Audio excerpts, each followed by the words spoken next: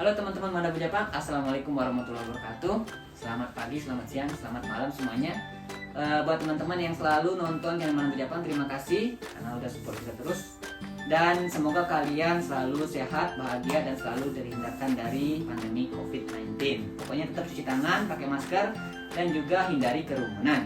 Oke, di video kali ini aku masih di tempatnya Mas Taufan. Tadi masih main di asramanya Mas Taufan, teman aku yang sekarang menempuh studi master di Universitas Kyoto, universitas nomor 2 terbaik di Jepang, coy. Oke, sekarang kita udah sama Mas Taufan. Jadi aku ini secara pribadi juga penasaran banget gimana caranya Mas Taufan bisa kuliah sampai ke Jepang. Dan dengar-dengar ini Mas Taufan kuliahnya itu gratis. Jadi bukan biaya sendiri, jadi dibiayain oleh pemerintah. Katanya seperti itu, tapi ya kita nggak tahu bilangnya kayak gimana, nanti langsung kita tanya aja. Oke, Mas Taufan mungkin bisa perkenalkan diri dulu bagi yang baru nonton channel Mambu Jepang. Oke, jangan lupa subscribe loh. Subscribe dulu baru nonton. Kalau udah subscribe baru nonton. Nih, kenalin dulu nih Mas Taufan nih. Oke, terima kasih teman-teman Mambu Jepang. Saya Taufan. Biasa dipanggil Ivan atau Fantan atau Pak D. Pak D ya? Ya. Iya. Ya, jadi ya ini alhamdulillah banget nih. Jadi kebetulan saya itu dapat rezeki ya, bisa kuliah di kampus terbaik nomor 2 se-Jepang, kampus negeri, yaitu Universitas Kyoto. Dan juga kota di Kyoto ini sangat bagus ya, karena ibaratnya kalau di Indonesia kayak Jogja lah ya, kota budaya gitu kan. Jadi santun, kemudian orang-orangnya juga ramah gitu kan, itu suasana juga enak gitu kan. Ya, dan alhamdulillah juga saya juga studi di sini seperti kata tadi Mas Gali bilang, saya gratis ya. Itu rezeki banget karena dibiayain pemerintah, tapi pemerintah Indonesia. Oh iya, dengan beasiswa ya? LPDP. Berarti Mas Taufan satu kali mendayung ini 3 pulau ya terlang. Jadi bisa kuliah di universitas nomor 2 terbaik di Jepang, bisa jalan-jalan juga di Kyoto, kota yang sangat ibaratnya tuh Jepang banget ya, Jepang kuno gitu, tambah lagi gratis. Jadi ya sekali mendayung 3 pulau nih terlampau ini Mas Taufan. Dengan sebelumnya Mas Taufan dulu kuliahnya S1 di mana, Mas? Saya di Hubungan Internasional Universitas Muhammadiyah Jogja. Oh, di Jogja. Sama dong Mas ya, Mas. Sama sekelas kan itu. Ya ini Mas Taufan teman kuliah dulu ya. Jadi teman aku kuliah dulu di Jogja S1. Jadi memang udah kenal lama dan kebetulan kumpul lagi karena kita sama-sama suka Jepang dan ya alhamdulillah Allah mempertemukan kita lagi di Jepang, di Kyoto ya. Oke, nah langsung aja nih Mas Taufan, aku juga pribadi penasaran banget karena emang belum dapat ceritanya langsung dari Mas Pade gimana bisa dapet beasiswa nih. Beasiswanya dari pemerintah itu dari mana sih Pade? Dari Kementerian Keuangan ya, jadi itu LPDP. Oh, program LPDP namanya. Program LPDP. Itu apa tuh programnya Pade? Mungkin bisa dijelaskan dulu program LPDP itu apa ya? Oke, jadi LPDP itu sekitar dari Lembaga Pengelola Dana Pendidikan. Jadi itu tuh memang beasiswa diberikan pada pemuda dan pemudi berprestasi Indonesia gitu ya. Walaupun sebenarnya saya merasa, saya dianggap berprestasi itu kayak ya Allah gitu, merasa itu biasa aja gitu. Ya, prestasi lah. Jadi alhamdulillah gitu ya. Jadi memang itu tuh dikhususkan untuk para pemuda Indonesia yang akan menempuh master ya, karena S1 nggak ada. S1 nggak ada? Nggak ada, hanya untuk S2 dan S3. S3, gitu ya. Jadi memang mereka itu diberikan biaya itu untuk nanti membangun Indonesia, untuk pulang dan membangun Indonesia seperti itu. Ya memang kalau kita bilang dari proses awal seleksi itu tuh nggak mudah ya, karena peluang keterima pun juga nggak besar. Kita bersaing dengan seluruh Indonesia, seluruh orang pintar di Indonesia gitu kan. Nah terlebih kan saya backgroundnya ini swasta nih. Oh ya, satunya ya, swasta. Karena kan cenderung kita berpikir ya, kalau misalnya kita bukan lulusan UI, ya minder lah ya, sama lulusan UGM, lulusan gitu, ITB gitu ya. Gitu. Karena sebenarnya kembali lagi orang itu bisa mencapai impiannya atau meraih apa yang diinginkan itu bukan karena latar belakang kampusnya, tapi karena orangnya gitu ya. Seperti Mas Gali kan, dia juga akhirnya bisa stay di Jepang, di Jepang, saya juga seperti itu. Nah, dulu Pak Ded dapat infonya ini dari mana nih Pak Ded? Pertama dapat info kalau LPDP itu ada beasiswa dan bisa ke Jepang, itu dapatnya dari mana infonya? Oke. Jadi kalau pertama kali itu mungkin ini ya. Jadi ada teman saya dulu namanya Abi ya. Farizal Bikarami itu kan. Nah, iya. Dia yang pertama kali dapat LPDP itu ke Newcastle nggak salah. Oh kan? ya, ke UK ya waktu itu UK, ya. S2 juga ya. S2 setahun waktu itu kan. Hmm. Nah, di situ saya sempat wow gitu kan, kayaknya luar biasa nih ya, si Yeah. Abi ini pencapaiannya luar biasa gitu. Hmm. Nah, saya jujur aja sih awalnya tuh nggak pernah berpikir untuk studi lanjut ya, karena saya dulu sempat bekerja di salah satu perusahaan swasta, tapi setelah akhirnya saya itu ingin mendevelop diri lah ya, mengembangkan diri gitu kan. Nah, pada saat itulah tiba-tiba itu ya saya teringat lagi ya kan beasiswa PDP ini dari sahabat saya namanya Romi. Nah, Dari itu Romi. Nah itu dia Romi ikut juga. Romi ikut juga, dia men-trigger untuk ayo waktu itu kalau nggak salah ada pameran LPDP di UMY. Itu 2017 awal misalnya itu. Dia bilang, "Pak Di, ayo Pak Di kita ke situ yuk, lihat tuh gini gitu." Nah, dan memang saya sudah punya feeling sih, maksudnya kalaupun saya akan mencoba untuk beasiswa ini, tes ini, dan nanti saya harus memilih kampus, saya pasti akan hanya milih di Jepang dan Kyoto. Itu memang sudah target saya dari awal seperti itu kan. Oh gitu. Nah, untuk tahap seleksinya sendiri nih gimana nih Pak De? Dari pertama Pak De dapat informasi nih, terus apa yang Pak De lakukan pas dapat informasi itu? Oke, jadi pertama itu kan memang kita harus menunggu kapan pembukaannya ya. Oh, ada jadwalnya berarti Ada ya, pembukaannya jadwalnya, kapan ya. gitu ya, kita tunggu terus. Jadi biasanya setahun itu ada 2 kali ada 3 kali, tapi pas di tahun saya itu kalau nggak salah cuma sekali ya. Kebetulan cuma sekali, saya juga nggak ngerti kenapa. Biasanya bulan apa Pak De itu? Nah, ada itu jadwal. pada saat yang saya kemarin itu sih kalau nggak salah pendaftaran sekitar bulan Maret ya. Oh, bulan Dan Maret. penutupan penutupan berkas untuk udah harus submit itu bulan Juni, sekitar bulan Juni. Oh, Juni. Seperti itu. Oke. Jadi pertama itu lihat jadwalnya dulu, kapan mereka menerimanya. Setelah itu submit berkas. Ya. Berkas yang dibutuhkan kan? Ya. Apa aja kan ya, kayak pasti yang dibutuhkan Pak, ijazah, terus kurikulum vitae kayak gitu ya. Kalau kurikulum vitae sih kayaknya enggak ya. Enggak. Jadi gini, Riset ya? bukan. Maksudnya kurikulum vitae itu mereka udah punya format. Oh. Jadi kita tinggal ngisi. Oh gitu. Kita tinggal Iya. ngisi data gitu kan. Jadi nggak usah bikin sendiri gitu. Itu by online semua atau By online. paper? Online ya. By online. Oke, Nah, oke. cuman mungkin kalau ada beberapa syarat yang cukup tricky ya, yang kalau misalnya kita tuh nggak siap, itu waktu itu saya ngalamin itu cukup tricky. Itu pertama surat rekomendasi. Nah, surat rekomendasi itu kita diminta untuk mendapatkan rekomendasi dari orang yang mengerti sepak terjang kita lah, mengerti bagaimana kita di S1 atau kita di kerjaan sebelumnya gitu kan. Nah, memang nggak disebutkan berapa yang harus rekomendasi, tapi saya tuh waktu itu dengar gitu kan, konsultasi banyak orang, katanya kalau bisa sih 2, yaitu 1 rekomendasi dari profesor kita di kampus, 1 rekomendasi dari bos kita di tempat kerja sebelumnya. Yang udah kerja ya. Yang kerja sebelumnya gitu kan. Gitu. Terus dokumen kedua yang agak tricky juga itu adalah sertifikat TOEFL atau IELTS ya. Nah, kalau untuk yang LPDP dalam negeri aja itu kan bisa pakai TOEFL ITP. Ya ITP aja. Tapi luar negeri nggak boleh. Luar negeri harus yang IBT itu yang bayarnya 3 jutaan itu. IBT ya, internet based test. Internet itu based test itu kan. Nah, atau bisa pakai atau IELTS dan itu. Ada minimumnya nggak? Ada skor minimumnya nggak Mas? Kalau yang kalau TOEFL saya lupa ya, saya nggak TOEFL saya IELTS. Minimalnya 6,5. IELTS-nya 6,5 ya. Dan itu saya tuh pertama kali dalam hidup saya tes IELTS.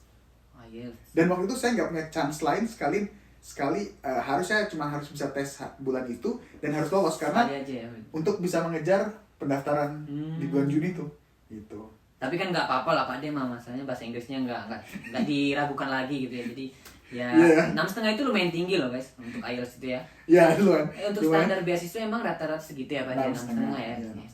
Oke, setelah itu yang utama lah ya, syarat-syarat yang utama. Setelah itu kita apply online. Setelah itu baru nunggu pengumuman seleksi berkas gitu ya. Iya. Seleksi Jadi berkas. sebenarnya ada lagi satu berkas yang agak kritikal ya, Ada lagi? yaitu kita disuruh menulis 3 jenis esai. Ya, 3 jenis esai ya dengan bahasa Inggris tentunya ya, karena kan kita mau keluar luar negeri. Yang pertama itu esai kontribusi kita untuk bangsa dulu, sekarang dan masa depan. Kita harus menulis itu. Jadi kita memprediksikan diri, memproyeksikan diri kita di masa lalu itu udah berkontribusi apa, masa sekarang kontribusi apa, masa depan kontribusi apa. Esai kedua yaitu tentang studi plan kita. Studi plan itu tuh biasanya orang pasti cenderung linear ya. Misalnya kayak dulu kan saya S1 HI tuh. Berarti kan cenderung S2-nya pasti berhubungan dengan ilmu politik. Tapi saya ini agak belok ya. Karena kan saya di sini memutuskan untuk lebih ke manajemen ya, project.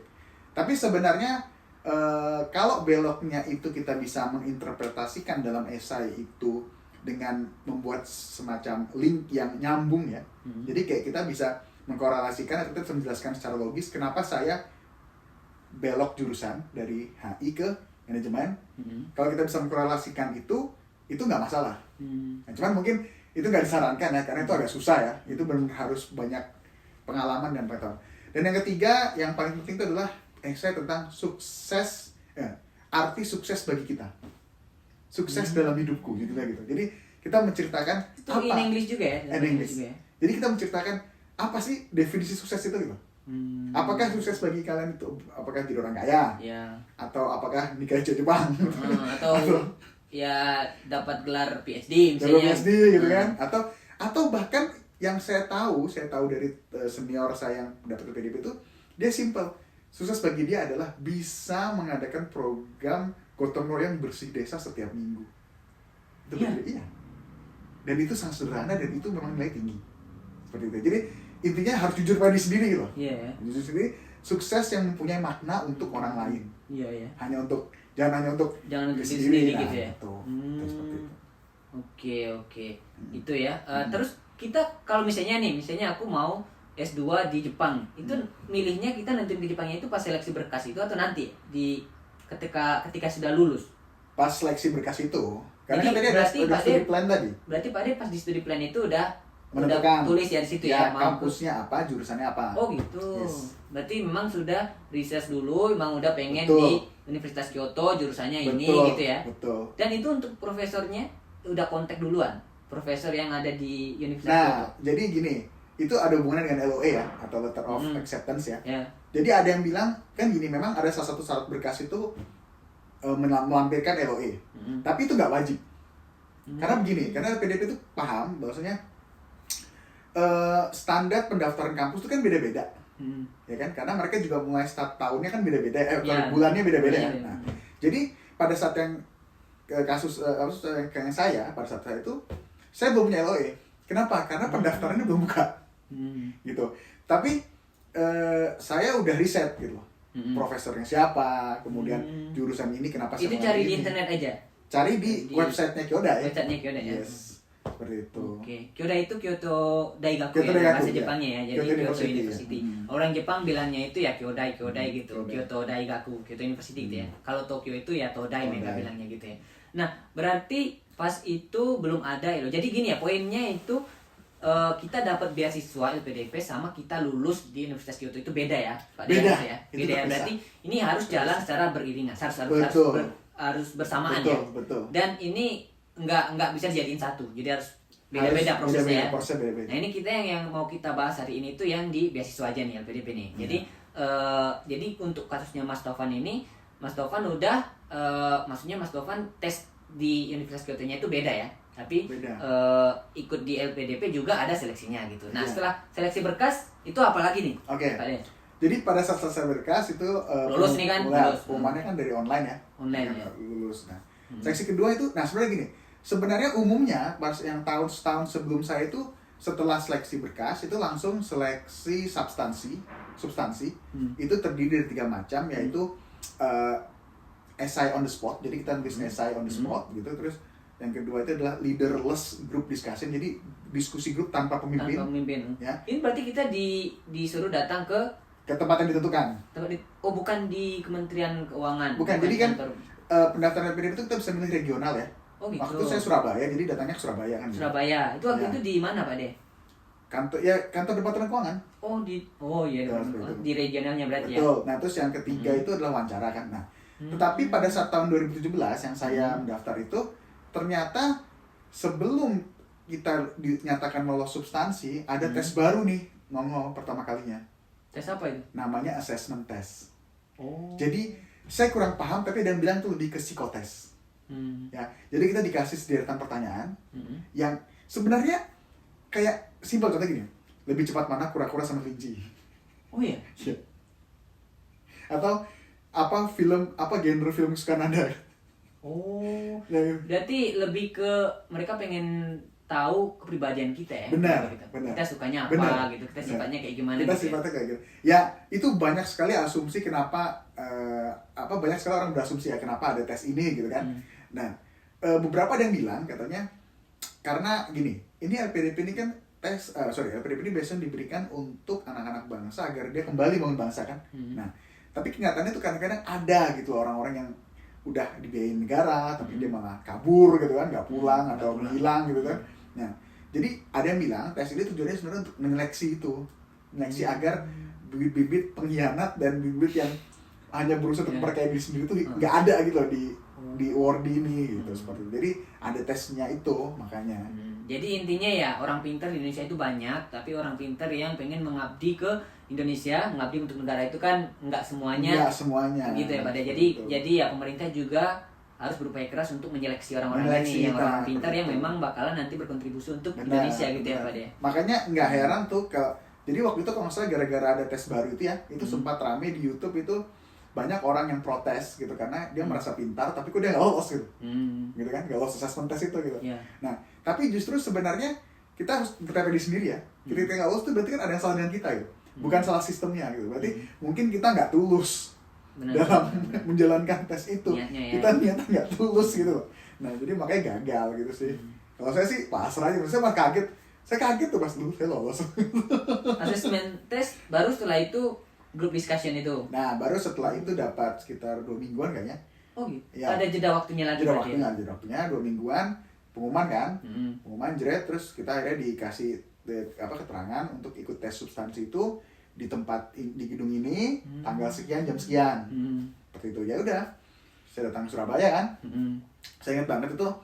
Jadi tesnya, jadi setiap orang beda-beda ya. Kan karena ada 3 macam tes di satu rangkaian substansi itu. Ada yang 3-tiganya selesai dalam 1 hari. Ada yang dibagi 2 hari. Nah, saya itu kebetulan dibagi 2 hari. Jadi hari pertama itu urutannya leaderless group discussion. Hari kedua, hari pertama itu leaderless group discussion. Siangnya essay on the spot.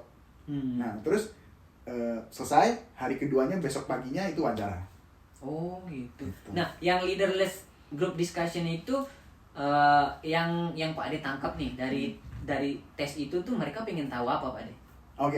Jadi ini kan sering ya. Poinnya apa ya Pak? Iya benar. Jadi kan banyak yang bilang kalau misalnya sebelum kita tes itu kan kita harus cari referensi baik dari Google ya, atau kita search apa sih makna leaderless gitu kan.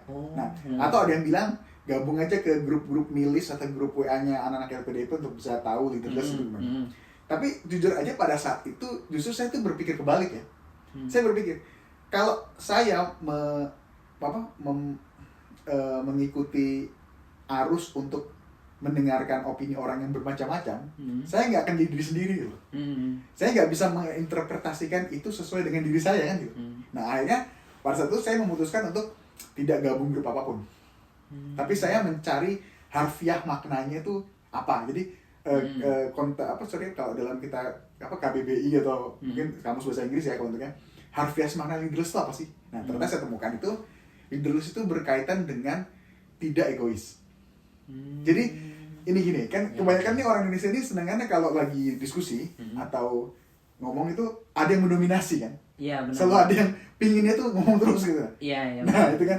Nah itu tuh dia secara tidak sadar tuh dia menunjukkan dia ambisius jadi pemimpin. Nah pada saat itu saya berpikir leaderless ini kita nggak boleh gitu. Nah jadi pada saat mulai tesnya itu jujur aja kita tuh ada 10 orang dan 10 orang tuh benar-benar tujuannya ke negara yang benar-benar beda semuanya. Dan ketika tesnya dimulai tidak ada instruksi apapun. Jadi jurinya itu, jadi kami duduk di meja bundar gitu, jurinya di situ 2 orang, dia cuma bilang, oke, start from now. Udah gitu aja, nggak ada petunjuk apapun. Jadi suruh ngapain gitu nggak? Nah, aneh sih, ada. Jadi kami tuh dikasih case. Waktu itu aku banget kasusnya itu adalah bagaimana kalau ada orang asing jadi rektor di universitas negeri di Indonesia. Apa pendapat kamu gitu? Ada ekspatriat jadi rektor di Universitas Negeri Indonesia, itu apa pendapat kamu gitu kan? Udah gitu aja, tapi kita nggak dikasih tahu apapun. Jadi ketika udah start tuh sempat 10 orang ini terdiam 2 menit 3 menit. Iya. Ya kayak bingung gitu kan mau ngapain kan. Sampai tiba-tiba sebelah kanan saya itu ada cewek itu saya banget, dia mau ke Australia. Dia tuh bilang, "Can I be the moderator?" gitu. Jadi dia menawarkan jadi moderator untuk mengakomodir gitu kan, mengakomodir ngomong. Nah, itu ada sudah dia bilang, "Oke ya kalau gitu gini teman-teman, kita satu-satu deh, jadi yang seberang sana ngomong sekali, terus yang sini sekali gitu, karena kita ada 10 ya. Jadi berputar gini kan, 5 sana 5 sini tuh ganti-gantian setidaknya ngomong gitu kan. Nah tapi pada saat itu oke, siapa yang mau ngomong duluan, semua terdiam gitu karena kan belum tahu ya mau ngomong apa. Nah pada saat itu tiba-tiba saya kaget tuh, depan saya persis itu ada cewek itu langsung ngacung, saya duluan loh gitu kan. Nah dia ngomong tuh, dia mengutarakan pendapatnya, dia nggak setuju gitu kan, kalau ini karena ya biasa kan, alasannya macam-macam ya kan. Ini nggak masa ya rektor nanti ekspatriat nih gimana gini. Nah terus pada saat dia ngomong, terus saya dengerin, saya sambil mikir, ini kasus ini itu kan sebenarnya pilihannya cuman kamu setuju apa nggak setuju kan, dan alasannya pun terbatas kan. Iya. Nah jadi pada saat itu saya pikir, kalau saya terlalu lama ngacung, misalnya saya baru belakangan ngacung atau kamu ngomong terakhir kan, ya saya kayak bisa alasan dong. Iya, alasan udah dipakai semua. Kan? Nah, jadi saya tuh langsung ancer-ancer begitu mbak itu depan saya tuh ngomongnya selesai, langsung saya ngacung gitu. Jadi saya kedua. Nah, waktu itu Pak De nggak setuju? Saya nggak setuju. Iya. Saya bilang gini, tapi ketika saya menjawab, saya mengatakan, saya kaitkan dengan alasan saya kenapa ke Jepang. Jadi saya bilang, dulu kan bangsa kita dijajah Jepang.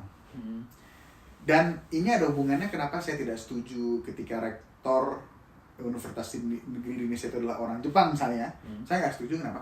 Karena kan orang Jepang itu, kita tahu sendiri dia punya sejarah, mereka itu mengirim banyak pemuda-pemuda di luar negeri untuk mencuri ilmu dari luar negeri untuk dikembangkan negaranya.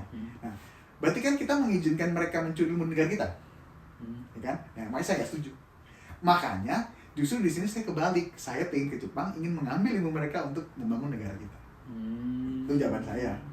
Udah habis itu, pada saat itu saya sudah selesai dan saya tidak berambisi untuk ngomong lagi atau untuk menyampaikan pendapat lagi. Jadi menurut saya itu leadership ya cukup kamu menyampaikan sekali, concise, clear, jelas, padat, singkat, dan tidak perlu mengintervensi yang lain.